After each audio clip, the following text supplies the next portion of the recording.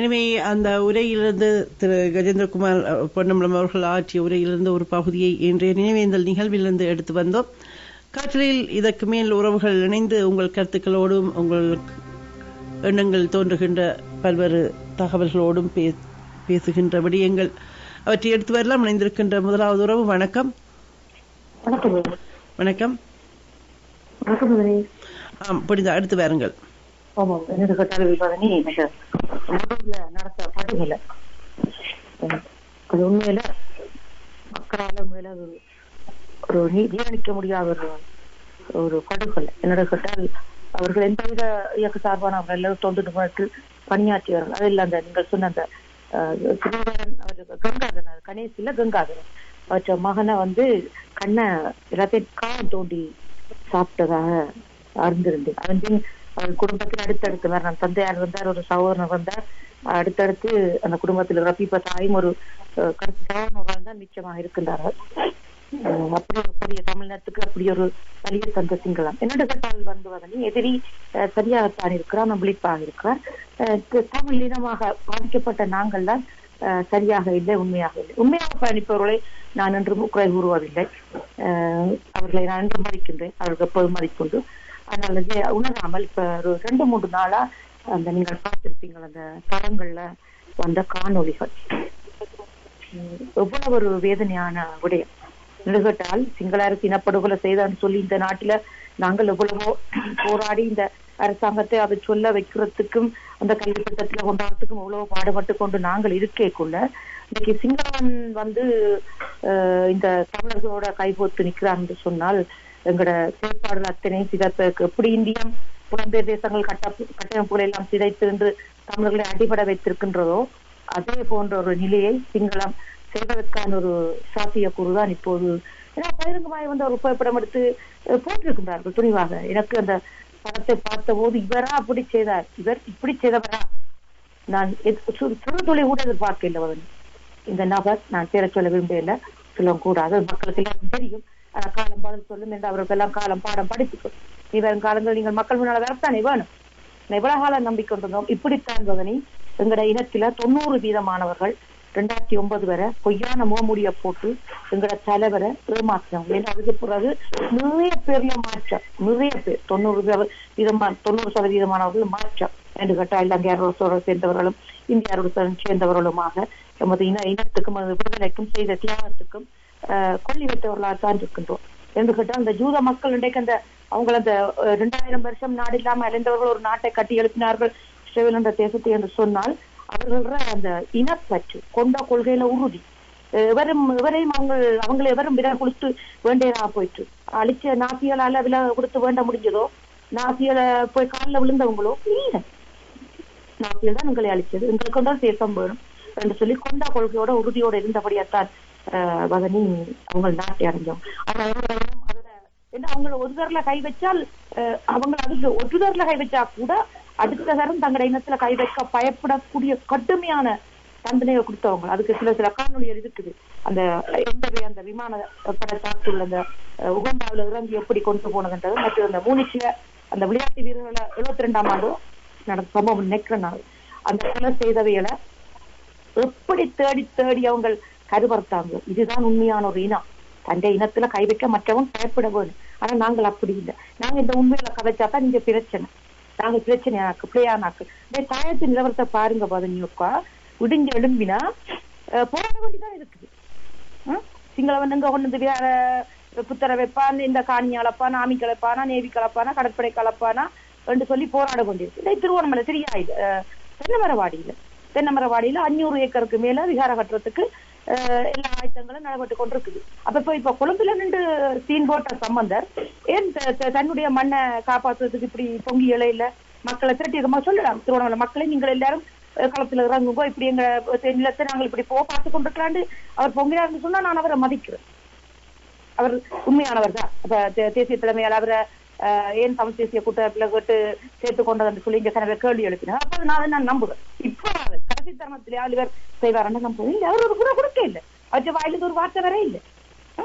கட்டம் கட்டமாக 4143 ஏக்கர் நிலம் வனவள திணைக்களம் வேற வேற திணைக்களங்களால திருகோணமலையிலே அளந்து குறிப்பிட்டிருக்கிறாங்க. அப்ப கட்டம் கட்டமாக தமிழர் தாயம் வடக்கு கிழக்குல இருந்து கட்டம் கட்டமாக உங்களுக்கு கபடிகரம் செய்து விகார கட்டி சிங்கள முற்று முழுதாக சிங்கள பௌத்தமயமாக்க போறாங்க. அப்ப நாங்கள் என்ன செய்ய போறோம்? கஜேந்திரன் செல்வராஜா கஜேந்திரனும் குரல் கொடுத்து என்ன செய்யறது? அவங்க தங்களால முடிஞ்சதை செய்யறாங்க. அப்படி செய்யறவைக்கு கல்லறியறீங்க. செய்யாம இருக்கிறவைய இங்க கனடாக்கு வந்துட்டு பிரபாகரன் பயங்கரவாதி, அவர் எதேச்சேரியார் நடந்தவர், அவர் அப்படி நடந்தவர் எல்லாம் சொல்லியிருக்கோம். உங்களுக்கும் கோமரை இல்ல, ஒருத்தரும் கேள்வி கேட்க இல்ல. அந்த கஜேந்திரவராக்கள் தங்களால முடிஞ்சது அச்சுறுத்தலுக்கு மத்தியில குரல் கொடுக்குறாங்க. எங்க நடந்தாலும் குரல் கொடுக்குறாங்க. திருவண்ணாமலையில காணி பிரச்சனையா ஓடுறாங்க, மட்டக்களப்புல பிரச்சனையா ஓடுறாங்க, யாழ்ப்பாணத்துல பிரச்சனையா ஓடுறாங்க. ஆனா அவைக்கு கல்லறி நாங்கள் உண்மை யார் இனத்துக்காக உண்மையா குரல் கொடுக்குறாங்களோ அதையெல்லாம் நாங்கள் நிக்கணும். அதை நின்றா தமிழ் மக்கள் கேட்க வைக்கணும். இது மிரட்டிக்கணும் அவங்களை. நாங்கள் யாரை மிரட்டினாங்க? நாங்கள் ஒருத்தர மிரட்ட இல்ல. எங்களுக்கு இனம் பச்சு வேற ஒன்றுமே இல்ல. வதனி எங்களுக்கு கோபம் வருது சொன்னால் இனத்துல பச்சு. அப்படி உங்களுக்கு கோபம் வருதுன்னு நீங்க நடிக்கிறீங்க என்று தான் அர்த்தம். நன்றி. நன்றி. காற்றலையில் உறவுகளுடைய கருத்துக்களை எடுத்து வருகின்றோம். இணைந்து கொள்ளும் அடுத்த உறவு வணக்கம், காட்பாடி சந்திரசேகர். வணக்கம். வணக்கம். மிக்க மகிழ்ச்சி அக்கா. இன்று நான் ஒரு குட்டி கதையோடு தான் வந்திருக்கிறேன். அதற்கு முன்பாக நீங்கள் குறிப்பிட்டது போல 17 உறவுகள் இந்த இன்னுயிர் நீத்த ஒரு நாள். என்னுடைய சார்பாக ஆழ்ந்த இரங்கல் என்பதையும் நான் தெரிவித்துக் கொள்கிறேன். வரலாறு புரட்டி பார்க்கும் பொழுது இவ்வளவு வேதனைகள் வலிகள் சுமந்திருக்கிறோம். எனவே ஒரு இனமாக ஒரு தமிழனாக நானும் என்னுடைய அந்த இரங்கலில் பங்கு கொள்கிறேன் என்று கூறிக்கொண்டு, முக்கியமான ஒரு விடயம் என்னவென்றால் அக்கா, ஒரு குட்டி கதை தான். என்னன்னா, ஒரு நிறுவனம் இருக்கிறது. அந்த நிறுவனம் கணினி தொழிற்சாலை மாதிரி தான், சாஃப்ட்வேர் கம்பெனியில். அங்கே ஆட்கள் எடுக்கிறார்களாம். அதில் என்ன ஒரு வேடிக்கையான விடயம் என்றால், இந்த தரையை துடைக்கக்கூடிய ஒரு நபருக்கான அங்கே தேர்வு அப்படிங்கிறது நடைபெற்றதாம்.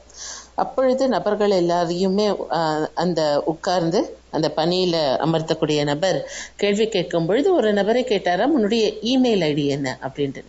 அந்த தரையை துடைக்க வந்திருக்கக்கூடிய நபருக்கு, நான் இருக்க போகிறதோ தரை துடைக்கக்கூடிய ஒரு வேலை, இதற்கும் இமெயில் ஐடிக்கும் என்னையா சம்பந்தம், என்னையா அப்படின்றதுக்கு, ஒரு இமெயில் ஐடி கூட வைக்காத உனக்கு என்னுடைய கம்பெனியில் வேலை கிடையாது, நடிகை கட்டு என்று அனுப்பிவிட்டாராம்.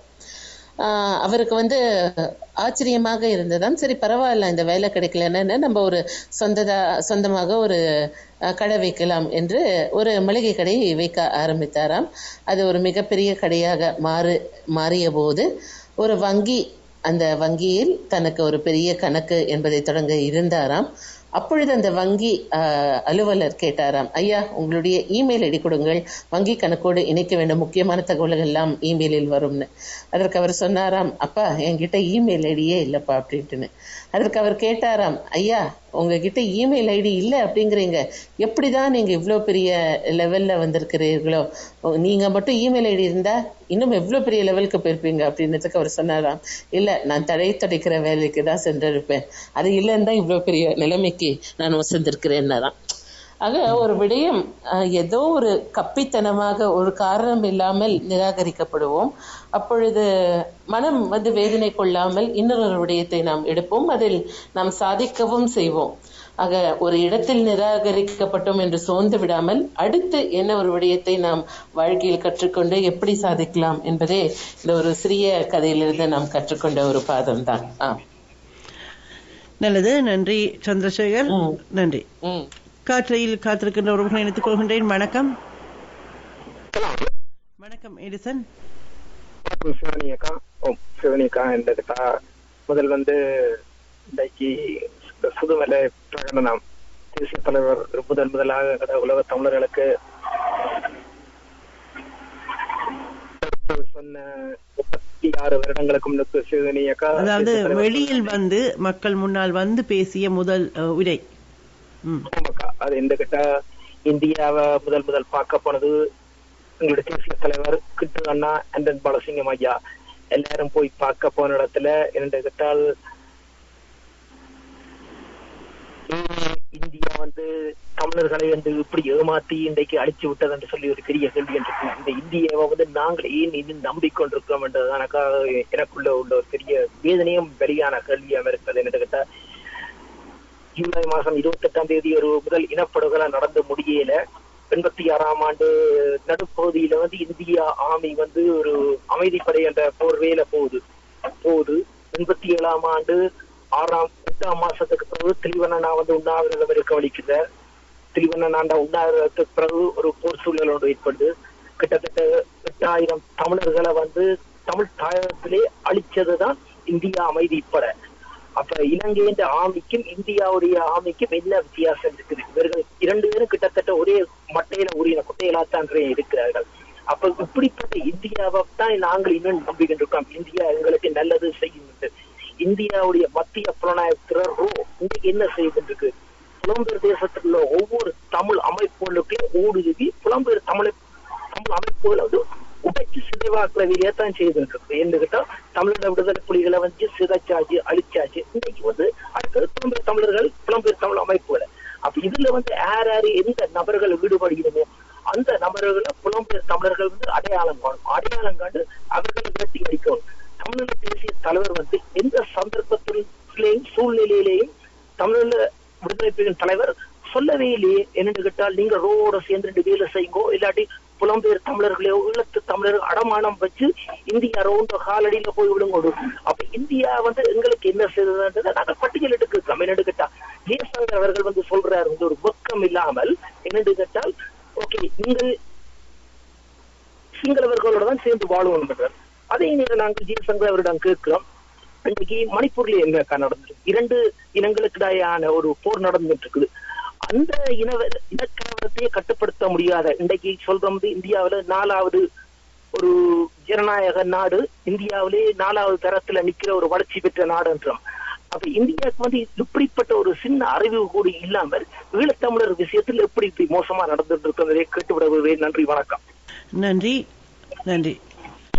காற்றலையில் அடுத்து இணைந்து கொள்கின்ற உறவை இணைத்துக் கொள்கின்றேன். வணக்கம். வணக்கம் தங்கஞ்சி. வணக்கம் குட்டியண்ணன். என்னோட சொன்ன தங்கஞ்சி, எனக்கு ஒன்றுமே புரியல தங்கஞ்சி. இப்ப ஈழத்துல எல்லா நிலத்தையும் பிடிக்காமல், எங்கட ஈழ நிலம் எல்லாத்தையும் பிடிக்காமல் தமிழ்நாடு தமிழருக்கு நெய்வேலி இதண்டு 25,000 ஏக்கர் இதை பிடிக்கிறாங்கள். தமிழ்நாடு தமிழனுக்கு மான ரோஷம் இருக்கா என்னன்னு எனக்கு தெரியாது. ஈழத்தமிழனுக்கு அது மான ரோஷம் இப்ப இல்லை.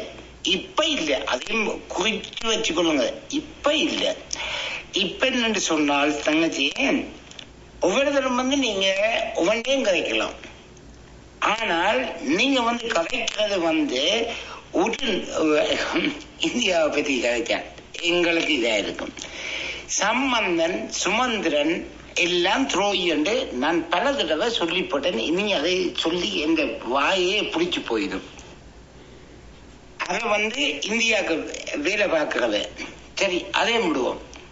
சரி, கஜேந்திரகுமார் பொன்னம்பலமாக்கல் சரி, அவங்க என்ன பிளவிட்டாங்கன்னு இந்த வந்து கதைக்கிறத இந்த நிகழ்ச்சியில இல்ல தங்கச்சி, இந்த நிகழ்ச்சியில சொல்லணும். சொல்லி தமிழ் மக்களுக்கு வெளிப்படுத்துங்க. அதுக்கு பிறகு நான் உங்களுக்கு மகமணி அதோட சீமான போட்டு அடிச்சு வைங்க. சீமான் காசு கொடுத்துனீங்களாடா? நீங்க கதைக்கு இல்லையாடம், நீங்க காசு கொடுத்துனீங்களா?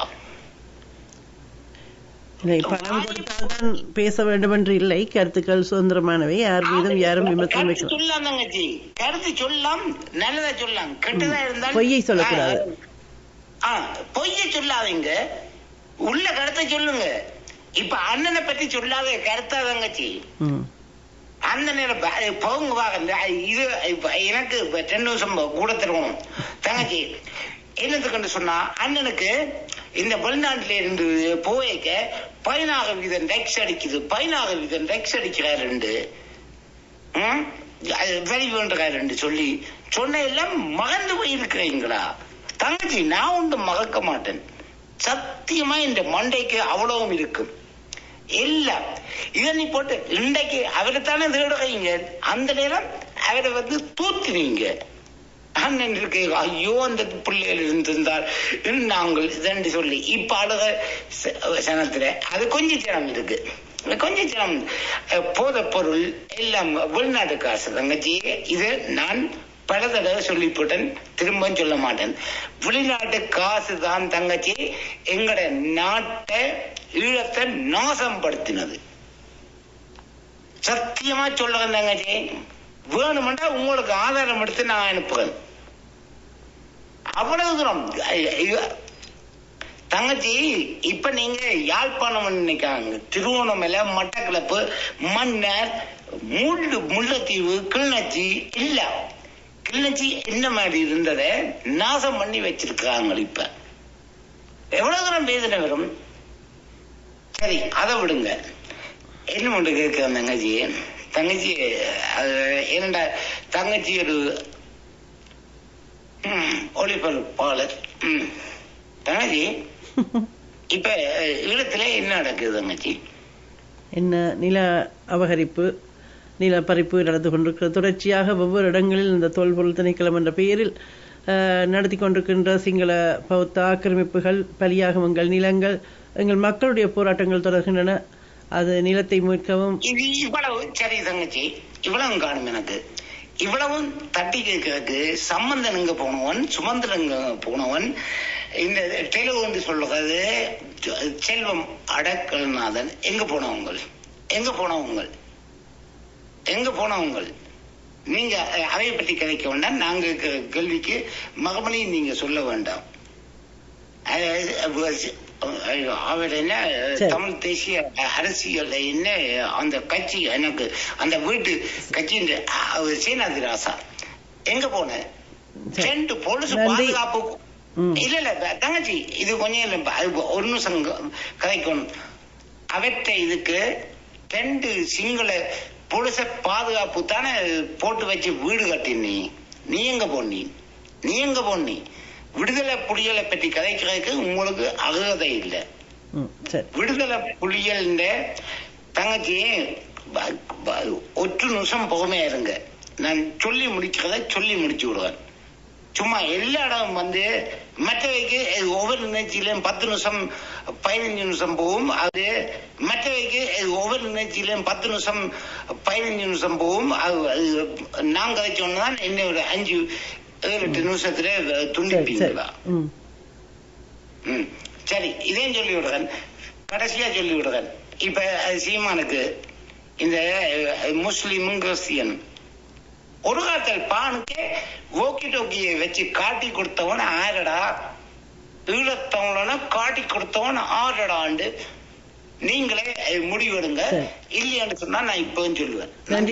நன்றி நன்றி. காற்றலையில் உறவுகளுடைய கருத்துக்களை எடுத்து வந்து கொண்டிருக்கின்றோம். இணைந்திருக்கின்ற அடுத்த உறவு வணக்கம் ஐங்கரன். வணக்கம் சார், எப்படி இருக்கீங்க? நலமாக இருக்கிறோம், நீங்க நலந்தானே? நலமா இருக்கிறோம். இந்த மூதூர்ல அநியாயமாக கொல்லப்பட்ட உறவுகளை நினைவு கொண்டு என்ன விடயம் என்றால் மோட்டு சிங்கவனு கொண்டு விளங்கையில் இந்தியாவும் சீனாவும் அந்த நாட்டை விளங்கி கொண்டிருக்குது. இப்ப இந்த தீவு பகுதிகளை தனி நிர்வாக கட்டமைப்புகளை கொண்டாடுறது, நான் அந்த தீவு பகுதிகளை அதானியை கொடுத்துட்டாரு. அதுக்காகத்தான் அவர் ரணில் அதுக்கான முயற்சிகளை செய்து கொண்டிருக்கிறார். மற்றது ஒரு விஷயம், புற சூழ்நிலைகளை நாங்கள் குறை சொன்னாலும் எங்கட பலன்தான் எங்கட விதியை நிர்ணயிக்கும். அது அந்த வகையில தமிழ்நாட்டில சரி, தமிழீழத்திலையும் சரி, எங்களுக்கான ஒரு அரசியல் தலைமைகள் உருவாக வேண்டும். தமிழ்நாட்டில் திராவிட முன்னேற்ற கழகத்துக்கு வாக்களிக்கிற அனைவரும் சாத்தாண்ட குழந்தைகள் தான், அதுல மாற்று கருத்து இல்லை. இனப்படுகொலைக்கு ஆதரவளித்த திராவிட முன்னேற்ற கழகத்துக்கு வாக்களித்த அனைவரும் முஸ்லீம் கிறிஸ்தவர்கள் மாத்திரமில்லை, அனைவருமே சாத்தாண்ட குழந்தைகள் தான். ஏனென்றால் தீய சக்தி உண்டு திராவிட முன்னேற்ற கழகம். வாக்களித்த அனைவருமே சாத்தாண்ட குழந்தைகள் தான். அவர்கள் ஒருத்தருமே கோவிக்க வேண்டிய அவசியம் இல்லை. மற்றது தேசிய தலைவனை முன்னிலை முன்னிறுத்தி அரசியல் நடத்துல உலகத்திலே ஒரே ஒரு கட்சி நாம் தமிழர் கட்சி. அந்த வகையில ஒவ்வொரு ஈழத்தமிழன் நாம் தமிழர் கட்சிக்கு ஆதரவளிக்க வேண்டும். செந்தமிழர் சீமானுக்கு ஆதரவளிக்க வேண்டும். சீமான குறை சொல்பவர்கள் முதல் அவர் சொல்ற கருத்துக்களை புரிகிறான்னு பாருங்கள். அந்த கருத்தியல் ரீதியாக நான் ஓட்டுக்கானவன் இல்லை நாட்டுக்கானவன் என்று சொல்றேன். அந்த கருத்தியல் ரீதியான சில சித்தாந்தங்களை நீங்கள் ஆராய்ந்து பாருங்கள். விஜய் அரசியலுக்கு வரலாம், கமல் அரசியலுக்கு வரலாம், அவர்களுக்கு கருத்தியல் இல்லை. ஆனா சீமானிட்ட மாத்திரம்தான், அதாவது இந்திய அரசியல் தலைவர்களுக்குள்ளேயே அவர்கிட்ட மாத்திரம்தான் அந்த சரியான கருத்தியல் இருக்குது. அந்த கருத்தியல் ரீதியாக மக்களை மாற்ற முயற்சியில இறங்கி இருக்கிறார். அதில் காலம் எடுக்கலாம், ஆனா அதுக்கான ஒரு நேரம் எங்களுக்கு வரும். அப்ப நாங்கள் அரசியல் ரீதியாக பலம் அடையும் வரையும் ஒரு தினம் எங்களுக்கு கவனிக்க மாட்டான், சர்வதேசம் கவனிக்காது. ஆகவே அந்த வகையில வரலாறுகளை தெரிந்து கொள்வோம், வரலாறுங்கிற வழிகாட்டி நாளைக்கான விடுதலைக்கு நாங்கள் இன்றைக்கு என்ன செய்ய முடியும் என்று பார்ப்போம். அதை நாங்கள் முயற்சி செய்வோம். புறச்சூழ்நிலைகள் எங்களுக்கு எதிராக வரலாம், ஆனால் நாங்கள் எங்களுடைய மனோபலம், எங்களுடைய சிந்தனை செயல்பாடுதான் எங்களை வழி நடத்தும். மற்றது தேசியம் பேசிக் கொண்டிருப்பவர்கள், கடந்த வாரம் ஒருவருடைய போட்டோவை பார்த்தோன்னே மிக கவலையா இருந்தது. இவரும் இப்படியான், அதான் உண்மையாக இருங்கள். இப்படி நீங்கள் போலியாக இருப்பதனால உங்களுக்கும் கூடாது, உங்களை சார்ந்தவர்களுக்கும் கூடாது. நன்றி சோதனை, மீண்டும் சந்திப்போம். நன்றி. ஆமாம், அந்த வகையில் சுதுமலை பிரகடனம் மறக்க முடியாத அந்த நாளின் வரலாற்று நினைவுகளை மீட்கின்றோம். முதலாக தேசிய தலைவர் மக்கள் முன்னிலையில் தோன்றிய அந்த பொழுது அவர் முகத்தில் இருந்த தெளிவு எதிர்காலத்தில் நடத்த இருக்கின்ற அந்த போராட்டம் பற்றிய ஒரு தூர நோக்கு பார்வை இருந்தும் கையறு நிலையில் திணிக்கப்பட்ட அந்த அடக்குமுறையை அவர் சொல்லாமல் சொன்ன வரிகள் பின்போது தலைவர் V.N. பிரபாகரன் அவர்களால் சுதுமலையில் கூறப்பட்டவை. ஒரு மாபெரும் திருப்பம் ஏற்பட்டிருக்கிறது. திடீரென நமக்கு அதிர்ச்சி விடுவது போல, நமது சக்திக்கு அப்பாற்பட்டது போல இந்த திருப்பம் ஏற்பட்டிருக்கிறது. இதன் விளைவுகள் நமக்கு சாதகமாக அமையுமா என்பதை நாம் பொறுத்திருந்துதான் பார்க்க வேண்டும். திடீரென மிகவும் அவசரமாக நமது மக்களையோ நமது மக்களின் பிரதிகளாகிய உண்மையோ கலந்து ஆலோசிக்காமல் இந்தியாவும் இலங்கையும் செய்து கொண்ட ஒப்பந்தம் இப்பொழுது அவசரமாக அமலாக்கப்பட்டு வருகின்றது என்பதை நீங்கள் அறிவீர்கள். நான் தில்லி செல்லும் வரை இந்த ஒப்பந்தம் பற்றி எனக்கு ஒன்றுமே தெரியாது. பாரத பிரதமர் என்னை சந்திக்க விரும்புவதாக சொல்லி என்னை டெல்லிக்கு அவசரமாக அழைத்து சென்றார். அங்கு சென்றதும் இந்த ஒப்பந்தம் நமக்கு காண்பிக்கப்பட்டது. இந்த ஒப்பந்தத்தில் பல சிக்கல்கள் இருந்தன, பல கேள்விக்குறிகள் இருந்தன. இந்த ஒப்பந்தத்தால் நமது மக்களின் பிரச்சனைக்கு ஒரு நிரந்தர தீர்வு ஏற்படுமா என்பதை பற்றி நமக்கு சந்தேகம் எழுந்தது. ஆகவே இந்த ஒப்பந்தத்தை நாம் ஏற்றுக்கொள்ள முடியாது என்பதை இந்திய அரசுக்கு சட்ட தெளிவாக விளக்கினார். ஆனால் நாம் ஏற்றுக்கொள்ளாது போனாலும் இந்த ஒப்பந்தத்தை அமலாக்கியே தீர்ப்போம் என இந்திய அரசு இனிமே இந்தியா அன்று என்ன செய்தது, அது எவ்வண்ணம் அது அமைந்தது என்ற விடயத்தை அன்று சுதுமலை பிரகடனத்தில் தலைவர் அவர்கள் மக்களுக்கு உண்மையாக மக்களிடம் வந்து சொன்னார். வணக்கம், இணைந்து கொள்கின்ற அடுத்த உறவு. வணக்கம் சிவா. என்னன்னு சொன்னா, உண்மையில அந்த படங்கள் நீங்க சொன்ன மாதிரி அந்த சில படங்கள் சமூக வலைதளங்கள்ல பகிரப்பட்டது. தமிழ் மக்களுக்கு மிகவும் நெருக்கமாக பழகியவர் தான். அவரை உண்மையில நேரடியா எடுத்து வானொலியில அல்லது கேள்வி கேட்கணும். ஏன்னா இந்த மக்களிடம் இருந்துதான் அவர்கள் தேசியம் கோரி சில நிகழ்வுகளை செய்தவர்கள். அப்படிப்பட்டவர்கள் உண்மையில இதுல நாங்கள் வெளிப்படையா கதை காட்டிலும் உண்மையில எல்லா சமூக வலைதளங்களிலும் அவர்களின் படங்கள் வந்திருந்தது. அது சம்பந்தமாக ஏனைய அந்த மக்களுக்கும் தெளிவு பெற வேண்டும். ஏனென்றால் சில மக்கள் சமூக வலைதளங்கள் எல்லாம் பார்ப்பது கிடையாது. இந்த சமூக வலைதளங்கள்ல எல்லாம் இப்ப பப்ளிக்கா வந்திருக்கு. இப்ப யாரும் போய் கூற முடியாது, எந்த விடயத்தையும் இல்லை என்று மறுதளிக்க முடியாது. கடந்த காலங்கள்ல கனடிய தமிழ் வானொலியில் கூட அவர்கள் பேசியிருக்கின்றார்கள், கதைத்திருக்கின்றார்கள், தெரியும், மக்களுக்கு தெரியும். அப்படிப்பட்டவர்களை உண்மையில நேரடியாக கொண்டு உங்களோட செயற்பாடு என்ன நேரடியாக சொல்லுங்க என்று அதை தெரியப்படுத்தணும் என்று கூறி விடைபெறுகின்ற. நன்றி, வணக்கம். நல்லது. ஆமாம், நித்தம் நாங்கள் பார்க்கின்ற காட்சிகள், ஒவ்வொரு விடயங்கள் இந்த மக்களுக்கான போராட்ட களங்களை அல்லது மக்களுடைய வேதனைகளை அதிகரிக்கும் வண்ணம் இருக்கின்ற செயல்களை பார்க்கின்றோம். தியாக தீபம் திலீபனின் நினைவெழுச்சி நாட்கள் இசை நிகழ்வுகளை தவிருங்கள் என்று இயக்குனர் புகழேந்தி தங்கராஜ் ஒரு அறிக்கை விடுத்திருக்கின்றார். தியாதீபம் திலீபன் நினைவெழுச்சி நாட்கள் இசை நிகழ்வுகளை தவிருங்கள் என்ற தமிழின உணர்வாளர் திரைப்பட இயக்குனர் புகழேந்தி தங்கராஜ் வேண்டுகோள் விடுத்திருக்கின்றார். இது பற்றி சொல்கின்ற பொழுது அவர் ஜெர்மனியில் இசைப்புயல் A.R. ரஹ்மான் அவர்களின் இசை நிகழ்ச்சி தியாகதீபம் திலீபன் அவர்களுடைய நினைவழ்ச்சி நாட்கள் நடக்க இருப்பதாக அறிந்தேன். உண்மையில் வேதனைப்பட்டேன். ரஹ்மான் அவர்கள் தமிழர் பண்பாடு, தமிழர் பாரம்பரியத்தை நன்கு அறிந்தவர், அவற்றை மதிப்பவர் என்றால் அவர் எப்படி இந்த நிகழ்ச்சியில் பங்கேற்க ஒத்துக்கொண்டார்? அந்த குறிப்பிட்ட நாட்கள் என்பதே வேதனையே. தமிழத்தை பொறுத்தவரை எமக்காக தங்களை அர்ப்பணித்தவர்களை, எமது துயர்களை தாங்களே தாங்கி உயிரிழந்தவர்களை ஒருபோதும் மறந்ததில்லை. அவர்களின் நினைவை போற்றாமல் இருந்ததில்லை. அவர்கள் எந்த நோக்கத்துக்காக தங்கள் உயிரை தியாகம் செய்தார்களோ அந்த நோக்கம், அந்த ஓர்மத்தை நமக்குள் மீண்டும் விதைப்பதற்கு அவர்கள் நினைவழ்ச்சி நாட்கள் பயன்படும் என்பதற்காகவே உலகெங்கும் இருக்கின்ற தமிழ் உறவுகள் ஒவ்வொரு ஆண்டும் அர்ப்பணிப்புடன் தியாகதீபம் திலீபனின் நினைவு நாட்களை நினைவு கூறி வருகின்றனர். இதுவும் ரஹ்மான் அவர்களுக்கு தெரியும். அது மே மாதம் நடந்த முள்ளிவாய்க்கால் இனப்படுகொலையாக இருக்கட்டும், ஜூலை மாதம் நடந்த கருப்பு ஜூலையாக இருக்கட்டும், தியாகதீபம் திலீபனின் தியாகத்தை போற்றுகின்ற நாட்களாக இருக்கட்டும், மாவீரர் நாட்களாக இருக்கட்டும், இந்த நாட்கள் உலகெங்கிலும் களியாட்ட நிகழ்ச்சிகள், கொண்டாட்டங்கள் வேண்டாம் என்பது பொதுவான வெளிப்பாடு. ஒரே நேரத்தில் கொண்டாடுவது ஒரே இனத்தின் எழுச்சிக்கு ஏற்றதாக இருக்காது. குறிப்பிட்ட நாட்கள் வேண்டாம் என்கின்றோம். அந்த வகையில் உலகெங்கும் இருக்கின்ற தமிழர்கள் அந்த இசை நிகழ்ச்சி வேண்டாம் என்று கேட்கின்றோம். ரஹ்மானை தமிழத்தின் ஒரு அடையாளமாக மதிக்கின்றோம். இசைப்புயல் ஆஸ்கார் நாயகன் ரஹ்மான் திலீபனுடைய நினைவு வாரத்தின் போது ஜெர்மனியில் நடக்கின்ற இசை நிகழ்ச்சியில் கலந்து கொள்வது ஆதங்கத்தையும் வருத்தத்தையும் ஏற்படுத்துகின்றது. எமது உணர்வுகளை புரிந்து கொண்டு ரஹ்மான் அந்த இசை நிகழ்ச்சியை அந்த நாளில் தள்ளி வைக்கவோ ரத்து செய்யவோ வாய்ப்பு இருக்கின்றது என்று நாம் உறுதியாக நம்புகின்றோம். தியாகதீபம் திலீபன் நினைவழ்ச்சி நாட்கள் இசை நிகழ்வுகளை தவிருங்கள், களியாட்டங்களை தவிருங்கள் என்று அந்த வேண்டுகோளில் சொல்லப்பட்டிருக்கின்றது.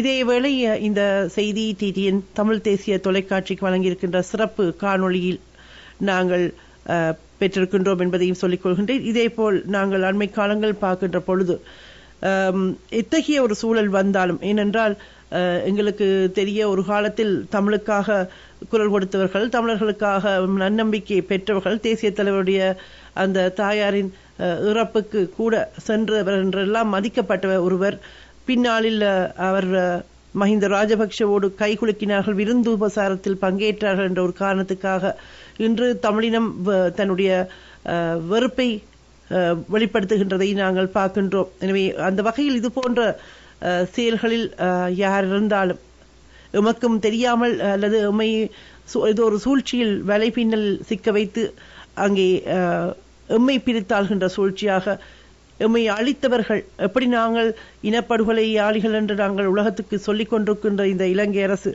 அதனை தனிமைப்படுத்தி அதற்கு இனப்படுகொலைக்கு நீதி வேண்டும் என்று நாங்கள் வேண்டிக் கொண்டிருக்கின்ற காலகட்டத்தில் அவர்களை நாங்கள் உறவென்றும் நல்லிணக்கம் என்றும் அங்கே எதுவும் இல்லை, நடக்கவில்லை என்பது போல் நாங்கள் பொட்டு வைத்து பூ வைத்து அவர்களை கொண்டாடுகின்ற தோழமை காட்சிகளை நீங்கள் முன்னெடுக்கும் பொழுது அது ஒரு பாரிய பின்னடைவை புலம்பெயர்ந்த தமிழ் மக்கள் மட்டுமல்ல, தாயத்தில் போராடி கொண்டிருக்கின்ற தமிழ் மக்களுக்கும் ஏற்படுத்தும் என்பதை மறந்து விடாதீர்கள் உறவுகளே. வணக்கம்.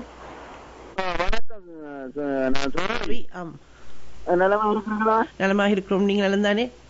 இருக்கின்றோம், நலமாக. என்னன்னு சொன்னா முதல் கண் என்னன்னு சொன்ன நாட்டு மந்திரி சூடோ நிலைமை. ஆனா அதை பற்றி நாங்கள் என்னன்னு சொன்ன நாட்டிலிருந்து நாங்கள் அவரை பற்றி கேட்கிறது எனக்கு கண்ட அழகில்லை என்றுதான் நான் நினைக்கின்றேன். இதை சூடோ நடந்தவருடைய லண்டனில் நடந்த மாராணியார் குடும்பத்திலேயே நடந்தது கூட இது பெருசா எங்கள் நாட்டுக்கு தனிப்பட்ட வாழ்க்கைக்குள் நாங்கள் தனிப்பட்ட வாழ்க்கையான என்னை பொறுத்து நாங்கள் அவரை பற்றி எங்களுக்கு அழகல்ல. இந்த நாட்டு மண்ணுக்கு வந்தோம், அவர்களா வந்தோம், இந்த நாடு எங்களை ஏற்றுக்கொண்ட நேரத்தில். ஆனா நாங்கள் அவர்களை பற்றி கேட்பது நன்றதல்ல. அடுத்ததாக முக்கியமான ஒரு விடயம், நாங்கள் என்னன்னு சொன்னா நாங்கள் ஆலயங்கள் தேவைதான் இல்லை என்று இல்லை. இன்று ஆலயங்கள் அரசாங்கத்தின் கைக்கூலிகளாக போய்விட்டது. அதுதான் வேதனையாக இருக்கின்றது. ஆலயத்தெல்லாம் முந்தைய ஒரு முறை உங்களுக்கு தெரியுமா நினைக்கின்றேன், அந்த பென்ஷனாக்கள் எல்லாம் கொடுத்து நாங்கள் அவர்களுக்கான பென்ஷன்களை பார்க்க போனோம்னு சொல்லி போராட்டம் நடந்தது. அதே ஆலயத்துக்கு தான் இப்போது இலங்கை தூதர், அடுத்ததாக இந்த புத்த பிக்குகள் 2 பேருக்கு நீங்கள் மாலை போட்டு ஆசீர்வதிக்கின்றார், எல்லாம் செய்கிறீர்கள். இதே இலங்கை தூதர்கிட்டையும் இதே புத்த பிக்குகளை கூப்பிட்டு ஒரு நீங்களே ஒரு பொதுமக்கள் கேள்விக்கு நீங்கள் ஒரு மீட்டிங்க கூட இல்லாது, நீங்கள் பொதுமக்கள் கேள்விக்கு நீங்கள் இவர்கள் ஒரு அரேஞ்ச் பண்ண இல்லாது, நீங்க அரேஞ்ச் பண்ணி பொதுமக்கள் கேள்விக்கு விடுங்கள், பொதுமக்கள் கேட்கட்டும். இதே புத்த பிக்களிடம் கேட்கட்டும். இதே புத்த பிக்குலாம் எங்கள் இந்த மண்ணில், எங்கள் தாயக மண்ணில், எங்கள் சொந்த கோயில்களிலே போக விடாமல் தடுத்து எவ்வளவு வேலை செய்து கொண்டிருக்கின்றார். இலங்கை அரசாங்கம் தனது ராணுவ பலத்துடனும் தனது பாதுகாப்பு பலத்துடனும் மக்களை தங்கள் வழிபாடுக்கு போகின்ற மக்களையே போக விடாமல் தடுத்து அந்த செய்துகின்ற அடாவடித்தனத்தை இவர்கள் தான் கேட்க வேண்டும். இந்த புத்த பிக்குகளும் இவர்களும் கேட்க வேண்டும். இதை செய்யுங்கள் முதல் நீங்கள். அதை விட்டு இவர்களுக்கு ஆசீர்வாதம், இதே ஆசீர்வாதம் தான் புத்தவிக்கேட்டை நாங்கள் கேட்கின்றோம். உங்களுக்கு இப்படியான ஆர்வம் வந்து அந்த மக்களுக்கும் ஒரு உரிமை இருக்கின்றது. தங்கள் நிலத்தில் தங்கள் வழிபாட்டு தளத்தில் கோவில் விடுவதற்கு நீங்களே அனுமதிக்கின்றீர்கள். இதுதான் இன்று நடக்கின்ற. அடுத்தது நாங்கள் எது இருந்தாலும் மக்கள், நீங்க உங்களை இந்த கனடாவில் உங்களை தெரிவு செய்தது மக்கள் தான் உங்களை தெரிவு செய்தார். அந்த நீங்கள் இன்று அன்று என்ன மாதிரி இருந்தீர்கள், இன்று என்ன நிலையில் இருக்கின்றது, இன்று வெளிச்சம் போட்டு காட்டுகின்றது, சகல உடம்படியில வந்திருக்கின்றது. ஆனா உங்களை அடுத்த நீங்கள் என்னென்று மக்களிடம் தேர்தல் போவீர்கள், வாக்கு கேட்டு என்னென்று போவீர்கள், என்னென்று போங்க மக்கள். மக்கள் இதே மக்கள் தான் உங்களுக்கு அடுத்த முறை திருப்பாங்க. இப்ப செய்து கொண்ட இதை அன்று அடுத்த முறை நீங்கள் தேர்தலுக்கு போகும்போது மக்கள் தகுந்த பாடம் உங்களுக்கு படிச்சிருந்தார்கள். அது நிச்சயம். நாங்களும் இப்படியான படங்கள் வரும்போதுதான் நாங்கள் இன்று ஆச்சரியமா இருக்கணும். இப்படியாக இருந்தவர்கள் இந்த நாளை தமிழ் மரபு நாளை சிங்கள மரபு சிங்களாக மாறலாம். இப்படியாக இருந்தவர்கள் இப்படியாக போய்விட்டார்கள். மிகவும் பெருமையாக இருக்கின்றது. இவர்களுக்கு நிச்சயமாக தமிழ் மக்கள் உரிய நேரத்தில் தக்க நேரத்தில் பாடம் படிப்பார்கள். விடைபெறுகிறேன். நன்றி, வணக்கம். இங்கே ஒரு பௌத்த பிக்கு வந்து ஒரு அங்காடியில் சென்று தமிழ் மக்களை, அதாவது தமிழர்களுடைய பெயர் சொல்கின்ற ஒரு அங்காடி சென்று அங்கே இருக்கின்றவர்களை அழைத்து வந்து அவர்களுடைய நிர்வாகிகள் எல்லாம் கொண்டு வந்து நாங்கள் நல்ல இணக்கமான ஒரு தேச மக்கள் என்ற ஒரு பரப்புரையை வெளிப்படையாக இங்கே காணொளிகள் வெளிப்படுத்திய காட்சி காணொளியை நாங்கள் கண்டிருந்தோம். இந்த விடயம் பார்க்கின்ற பொழுது இன்று தமிழர்களுடைய நிலங்களில் புத்த விகாரைகள் கட்டியெழுப்பப்படுகின்றன. அங்கே தையிட்டியில் எங்களுடைய கட்டியெழுப்பப்பட்ட விகாரை தமிழ் அந்த மண்ணுக்குரியவர்கள் போராடி கொண்டிருக்கிறார்கள். அந்த காலகட்டத்தில் நாங்கள் எந்த ஒரு மதத்துக்குமோ எந்த ஒரு மக்களுக்குமோ எதிரானவர்கள் அல்ல. ஆனால் அந்த இடத்தில் இவர்கள் எங்கு போனார்கள் நீதி பேச? எங்கள் தமிழர்களுடைய நிலங்களில் எந்த ஒரு உயிருக்கும் ஊர் விளைவிக்க கூடாது என்று கூறுகின்ற புத்தருடைய வாரிசுகள் என்று சொல்லப்படுகின்றவர்கள் இப்படி ஒரு அநியாயத்தை செய்கின்ற பொழுது இவர்கள் எங்கு போனார்கள் நீதி? இங்கு வந்து கேடிய மண்ணில் வந்து கேடாவால் தமிழர்களுக்கு அவர்கள் பாடம் எடுக்கின்றார்கள். நாங்கள் ஒரு தோல் மக்கள், எங்களுக்குள் சகோதரர்கள் என்று. நிச்சயமாக தமிழர்கள் எந்த ஒரு சிங்களவர்களையும் எதிரிகளாக பார்த்தவர்கள் அல்ல.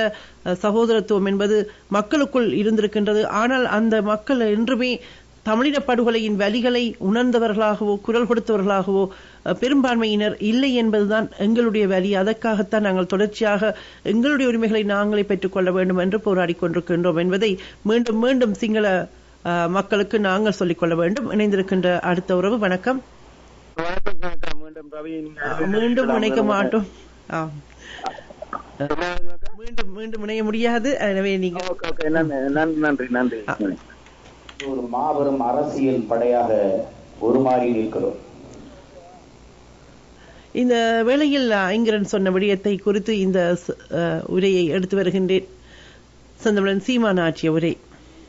புரட்சியை முன்னெடுக்க வேண்டும் என்றால் அதற்கு புரட்சிகரமான ஒரு அரசியல் கட்சி அவசியம். குறுகியது எப்படி? அதற்கு காரணம் என்ன? நம் முன்னோர்கள் செய்த பேரன்பும் பெருந்தன்மையிலும் செய்த பிள்ளையால் தமிழ் பேரினத்தின் பிள்ளைகள் நாம் இன்று அடிமை நிலை மீள முடியாத ஒரு பெருந்துயரில் சிக்குண்டு நிற்கிறோம். இங்கே இந்திய ஒன்றிய அரசு நம் இனத்திற்கு செய்த துரோகம் போல துரோகத்தை செய்திருக்க முடியும். உயிரினமே என் உடன் பிறந்தார்கள். 3 ஒப்பந்தம் தான் நம் இனம் இவ்வளவு தூரம் அடிமைப்பட்டு அழிவை சந்திக்க நேர்ந்துவிட்டது. 1964 என் அன்பு சொந்தங்களே, மற்ற மக்கள், நம் தாய் உறவுகள் 9,76,000 பேர் அவர்களை குடியேற்றவர்களாக இலங்கை அரசு அறிவிக்கும். தேயிலை தோட்டத்தில் வேலை செய்த நமது மக்கள் அப்போது இந்த நாட்டின் பிரதம அமைச்சராக இருந்த லால்பகதூர் சாஸ்திரி அவர்கள் தலையிட்டது பேசுகிற போது அதுல 5,20,000 பேரை இந்தியா ஏற்றுக்கொள்வது, 3,000 இலங்கை குடியுரிமை கொடுப்பது என்று முடிவு எடுக்கப்படுகிறது. அதில் 1,50,000 பேர் விடுபட்டு போகிறார்கள். 64 போடப்பட்ட ஒப்பந்தம் 1967 செயல்பட தொடங்குகிறது. அதில் இந்திய குடியுரிமை பெற்றவர்கள், இலங்கை குடியுரிமை பெற்றவர்கள் 1,50,000 பேர் நாடாக்கப்படுகிறார்கள். தமிழர் அது 5,20,000 பேரை கொண்டாந்து இறக்கிவிட்டவர்கள் அவர்கள் எங்கிருக்கிறார்கள் என்றே தெரியவில்லை. எந்த அடிமையும் இன்னும் அதே தேயிலை தோட்டத்தில் அடிமைகளாக நமது மக்கள். இது முதல் ஒப்பந்த துரோகமே உடன் பிறந்தார்கள். அடுத்தது 74 அதே சிரிமாவோ பண்டாரநாயக்கா இந்திரா காந்தி ஒப்பந்தம், அது சிரிமாவோ லால்பகதூர் சாஸ்திரி ஒப்பந்தம். கச்சத்தீவு எந்த சட்ட வரையறையும் அரசியல் அமைப்பையும் எதையுமே கடைபிடிக்காத தாண்டோடுத்தனமாக அம்மையார் இந்திரா காந்தி அவர்கள் இலங்கைக்கு தாரகத்து கொடுத்தார். தெற்காசிய பிராந்தியத்தில் தனது வலிமையை, தனது வல்லாதிக்கத்தை நிலைநாட்ட வேண்டும், தனது நாட்டின் பாதுகாப்புக்காக பரிசாக கொடுத்ததுதான் கச்சத்தீவு. கச்சத்தீவு இந்த வேளையில் இந்த 3/8 அதாவது நேற்றைய நாள் யாழ்ப்பாணத்தில் சிவில் அமைப்புகளின் ஏற்பாட்டில் மாண்புமிகு மலைய மக்களின் தலைமன்னர் தொடக்கம் மாத்தளை வரையான நடைப்பயணத்துக்கு ஆதரவாக பேரணி ஒன்று நடத்தப்பட்டு அதன் பின்னர் ஒரு அணியினர் வாகன பேரணியாக வவுனியா நோக்கி புறப்பட்டார்கள். பேரணியில் பொது அமைப்புகளின் பிரதிநிதிகள், அரசியல் தலைவர்கள், இஸ்லாமிய சகோதரர்கள் என்று பலர் கலந்து கொண்டார்கள். தமிழ் தேசிய மக்கள் முன்னணியின் தலைவர் கஜேந்திரகுமார் பொன்னம்பலம் அங்கு கருத்துரையாற்றிய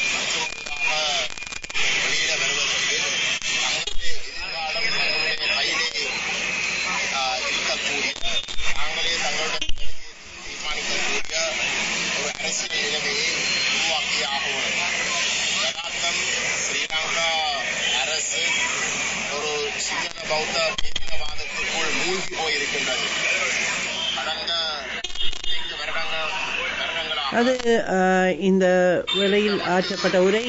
இப்பொழுது சீமானவர்கள் சொன்ன அந்த மலைய மக்களுடைய அவலங்களையும் கேட்டீர்கள். வாழ்வின் குறிப்பாக நமக்கு பெற்றுக் கொடுத்த உரிமை என்ன உடன் பிறந்தார்களே, மீன் பிடிக்கிற மீனவர்கள் வலையை உணர்த்திக் கொள்ளலாம், கச்சத்தீவில் காய வைத்துக் கொள்ளலாம், வலையை காய போடலாம், அங்கே இருக்கிற அந்தோனியார் கோயிலில் வழிபட்டுக் கொள்ளலாம். அவ்வளவுதான் இவர்கள் பெற்றுக் கொடுத்த உரிமை. மீனே பிடிக்க முடியும் என்பது வலையை போய் உணர்த்துவது எங்கே? வெறும் வலையை பண்ணி காயப்பட்டு திருப்பி எடுத்து வந்துடுறதா? இப்ப எங்க அந்தோனியார் கோயில் இருக்கு? அங்க புத்தர் கோயிலை கட்டி கொண்டிருக்கிறான்.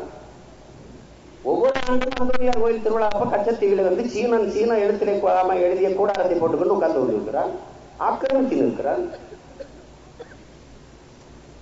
கச்சத்தீவு எனக்கு என்று கடல் தூரத்தை இழந்தால் எனக்கு கடல் எல்லை அதிகம், கச்சத்தீவு அவனுக்கு என்றால் அவனுக்கு தூரம் அதிகம், எனக்கு குறைவு. என்னுடைய வாழ்வாதாரம் போய்விட்டது. 2வது ஒப்பந்தத்தில் பாதி முடிந்துவிட்டது.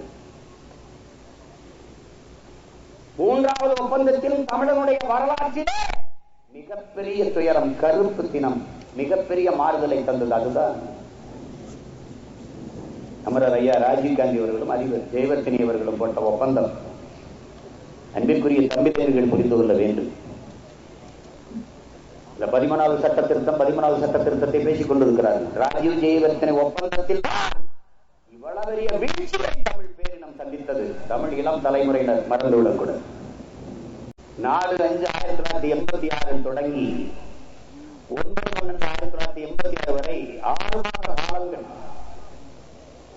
அன்பு சொந்தங்கள் தெரிஞ்சுக்கணும், இந்திய அரசும் இலங்கை அரசும் தமிழர் விடுதலை முன்னணியின் தலைவர்களும் கூடி கூடி பேசி பேசி மாகாண சபைக்கு ஒரு தீர்வை கொண்டு வருகிறார்கள். அந்த தீர்வில் இருக்கிற தீர்மானங்கள், திட்டங்களை ஆரம்பத்திலே நம்முடைய உயிர் தலைவர் மேதகவேல் பிரபாகரன் அவர்கள் மறுத்து விட்டார்கள், எதிர்த்து விட்டார்கள். அன்றைக்கு முதல்வராக இருந்த ஐயா எம்ஜிஆர் அவர்களிடத்திலே முறையிட்டு இதை ராஜீவ் காந்தி, பிரதமர் ராஜீவ் காந்தி தெரிவித்து விடுங்கள், இது தமிழ் மக்களுக்கு கிடைக்கப்படுகிற அநீதி, இந்த ஒப்பந்தத்தை தமிழீழ மக்கள், தமிழீழ போராளிகள் நாங்கள் ஒருபோதும் ஏற்க முடியாது என்று மறுத்து விட்டார்.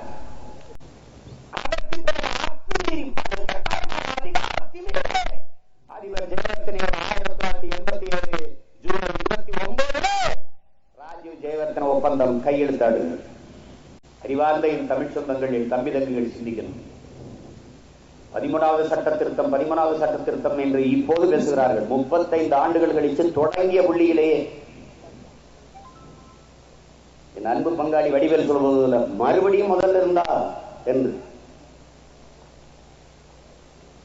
அதனால்தான் இவ்வளவு பெரிய பின்னடைவு, அதனால்தான் ஐபிகே ஏற்படுது, அதனால்தான் அதை எதிர்த்து போராட வேண்டிய சூழல் வருது.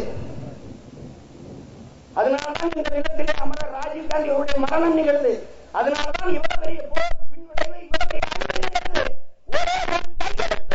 தமிழன் தலையெழுத்தை மாற்றி விட்டது. பெருமக்களே, அறிவார்ந்த தமிழ் சம்பந்தகத்தின் பிள்ளைகளே, கவனத்தில் வைத்து சிந்திச்சு பாருங்கள், எப்படிப்பட்ட துரோகத்தை செய்திருப்பார்கள்.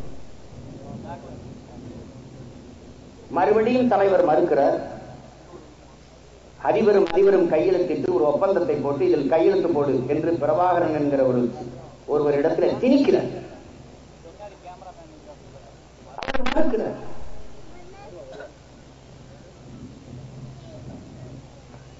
அந்த ஒப்பந்தம் இந்திய பாதுகாப்பை கையெழுத்தப்படுகிறது. தமிழ் தேசினத்தின் உரிமை, அதன் விடுதலை, தமிழ் தேசினத்தின் பாதுகாப்பு, அதை பற்றி கவலைப்படல, அதை சிந்திக்கவே இல்லை. தன்னுடைய நலனுக்காக, தன்னுடைய பாதுகாப்பிற்காக தமிழ் பேரின மக்களை, தமிழ் தேசிய மக்களை, குறிப்பாக தமிழீழ மக்களை இந்திய நாடு தயாராகிடுச்சு.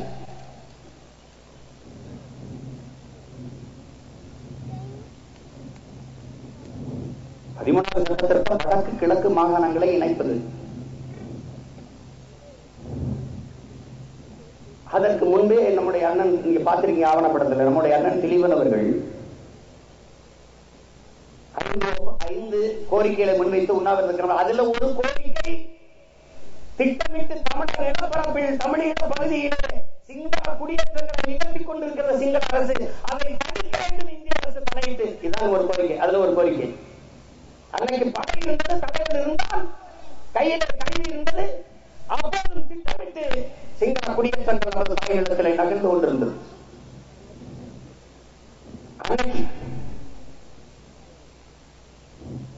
இன்னைக்கு படையும் இல்லை, ஒருத்தரும் இல்லை. அப்ப எப்படி திட்டமிட்டு, எப்படி குடியேற்றம் நிகழும் என்பதை நீங்கள் கற்பனை செய்து பாருங்கள்.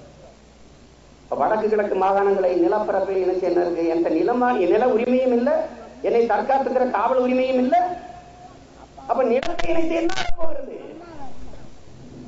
2,50,000 ராணுவ வீரர்கள், 2 லட்சம் என் தாயிலம் தமிழீழத்தில் தான் நிற்கிறான் ராணுவ வீரர்கள். அங்கே திட்டமிட்டு ராணுவ முகாம்கள், ராணுவ குடியேற்றங்கள், சிங்கள குடியேற்றங்கள் நிகழ்ந்த இந்த மாகாணங்களை இணைத்து எனக்கு வரப்போகிற நன்மை வழங்கிட்டீரே. இத்தனையும் தமிழகத்தில் இருந்து கொண்டு தமிழ மக்களுடைய வழிகளை, அவர்களுடைய நியாயங்களை பேசிக் கொண்டிருக்கின்றார் செந்தமிழன் சீமான் என்பதை சொல்லிக்கொண்டு, பேசா பொருளை பேச வைக்கின்ற பேசுபொருள் பேசுவோர் நிகழ்ச்சி இத்தோடு நிறைவுக்கு வருகின்றது. இணைந்து சிறப்பித்த எல்லோருக்கும்